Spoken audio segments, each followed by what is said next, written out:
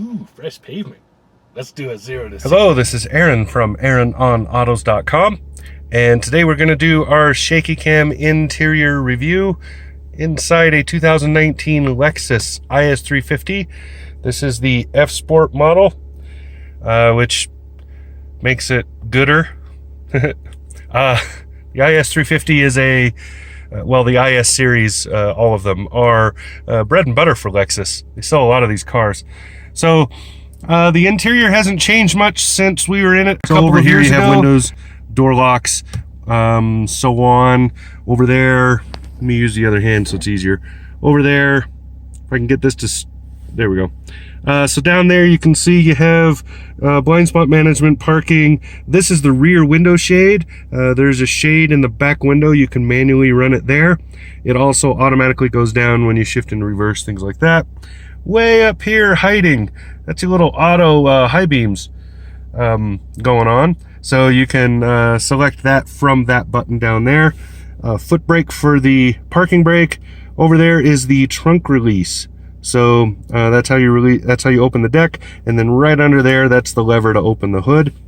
Up here's your odometer and trip, and your why can I never remember the name of this? Why do I have such a hard time remembering dimmer? So anyway, this dims the dash and whatnot. We'll just jump to the steering wheel because I think that's about it down there. Over here on the steering wheel, on this side, you have controls for the driver information screen and telematics down here. These controls also run the infotainment, so you can track select here, jump up and down, and volume here. And then the mode selection chooses mostly what music you're listening to, what the source of the music is. So there you go. Over here, I said that wrong, didn't I? I said driver information over there, right? Yeah, infotainment over there. Driver information is right here. So this runs what's showing in that screen up there. Pretty decent array of options, but it's the same options you have in almost every other vehicle I've ever seen. Down here, this goes through the main menu selections. Back button is here. This is the lane keeping alert, so you can turn it on and off really quickly. This is your distance for the adaptive cruise control. This being a Toyota product is of course on this dongle down here. So you set cruise control with this. Down is set, up is resume, pull it towards you to cancel, turn it on and off pushing this. This right here sets the distance, so the follow distance. I will say the Lexus here and every Lexus I've been in does not remember how you've set this in between driving. So when you drive, if I were to set the cruise right now and start driving, it would show it as the full gap. I can lower that gap to nothing, park at the store, whatever, turn the car off, get back in, start the car, set the cruise. It's again at that widest gap and I have to reset it. A little bit of annoyance there. You'd think, manufacturers would have thought of that by now. There are a couple that have. Over here, you have your lighting controls.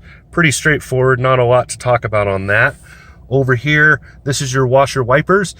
So fairly obvious, up and down for the wipers. This sets the speed right here and pull it towards you to wash the front window. And then you can see the first of the NASCAR shifters. So you got paddle shifting. This is an F Sport thing. So just lets you select gears. I don't know what else to say. Now, looking at the instrument cluster, I just realized that the climate's on. Anyway, this is the way almost every Lexus I've been in now looks. So they've pretty much made this display universal. But on this one, you're seeing that it's engine heat. Then you're seeing your speed here and tachometer in the middle. So the speed is right there, tachometer around the outside. So you can see that it's pretty low right now. I put a lot of miles on this car this week. I don't know exactly how many because I'm not looking at the trip meter right now. I can often do that. There we go. I need to find... You see that display, by the way? Isn't that cool? How that slides over. It even makes a little robot noise when it does it.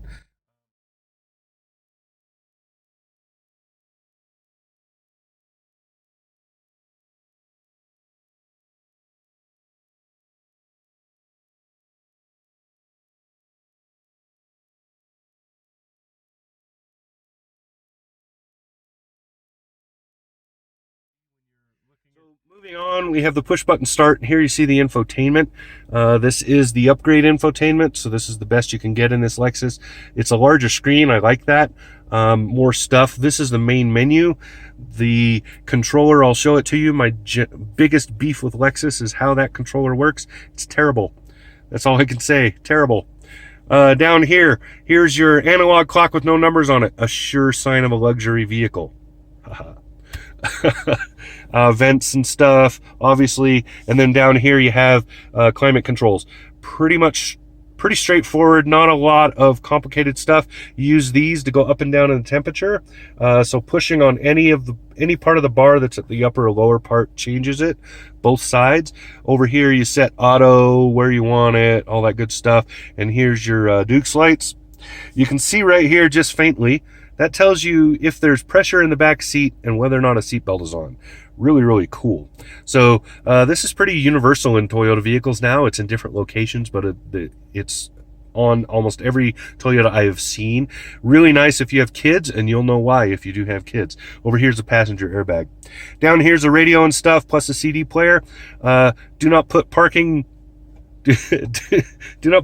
structure tickets in here, so that you know how you shove a ticket, you get the thing out of the booth and you pull in and you park and you shove the ticket somewhere. Don't shove it in here because this will eat it. I know that. Haha. Took me a while to get that thing back out of there. Mark Levinson stereo, so this is the upgrade, and then you see tuning and volume and whatnots. Over here you have bun warmers and coolers, same for the passenger side. There's a lot of other stuff right here, and this actually opens up. This is where the memory chips and all that good stuff go. Here's your shifter. Pretty straightforward, up, down, and whatever, and then you can shove it over and go to manual. This is the controller I was complaining about. This controls that infotainment screen up there. You move this around like a mouse, but it doesn't work like a mouse, and it's highly annoying. It bounces from one thing to another as on the selection. So if you're looking at that, you can see it bounces around. It doesn't move around like a mouse. Really annoying. But you move this thing like that and you push it to select. Over here you have quick things, so you can jump to a map, jump to the main menu, which is what's up there right now. And if I can, geez, I'm having a hard time getting this to focus. There's your back button, and this can manually go up and down through some selections and things. Kind of useful. This is the armrest for that, and then you have an enter button down here. So if you're using this with just your fingers, you can use this instead of pushing up and down on it. Otherwise, and there's one on both sides, by the way, so you can squeeze it either way. So that's it. That's all you got on that. Over here is your drive mode selector. You can push it to end up in normal. You go over to sport. You do one more time to go to sport plus. Really all that does is change transmission mapping. Otherwise it's not changing anything. The car defaults to eco, and it goes to eco when you're on, say, the freeway with cruise control and stuff like that. Just automatically moves over to it. This is traction control and snow mode. So when you're out and about and the weather's not looking that great, boom, hit that. I have used that a little bit this week. Not much, but we got a skiff of snow this morning. Over here is your drink holders. Good size. Not a great placement. Not horrible, but not great. And your glove box, which I need to get my cheap sunglasses out of. Here's the glove box. Or the side box here with some nice, there's plugs. It's a good amount of room, surprisingly good for the size of the vehicle. You can see the red continues. It's an interior theme. There's a glove box under there. I love this brushed right here. This is just really pretty. Kind of a, I don't know, brushed aluminum or nickelized aluminum. It's hard to say what that is, but it looks really cool. And just overall, the whole thing looks cool. Back seats are awesome and comfy. Nicely done. Good sized trunk in here. Just a well done car overall. I like Lexus interiors. Lexus makes a very, very good interior. They really know how to do it right. So that's what we got. That's it. This has been Aaron from AaronOnAutos.com in a 2019 Lexus IS 350. Talk to you again soon.